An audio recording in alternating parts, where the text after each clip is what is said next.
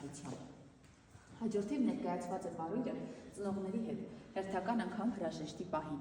Համալսարանական տարիներից սկսած պարույրը շատ քիչ ժամանակ էր անցկացնում ընտանիքի անդամների հետ, եւ ամեն անգամ բաժանումը շատ ավելի դժվար էր տրվում։ Ապրել, այնպես ապրել, որ սուրբ հողդ երբեք չզգա քո ավելորդ ծանրությունը։ Ապրել, այնպես ապրել, որ դու ինքն էլ երբեք չզգաս քո սեփական մանրությունը։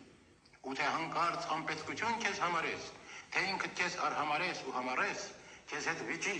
քեզ չզիջի, համբերատար քեզ հետ խոսի, հակառակում քեզ համոզի ինքը հզոր հանրությունը։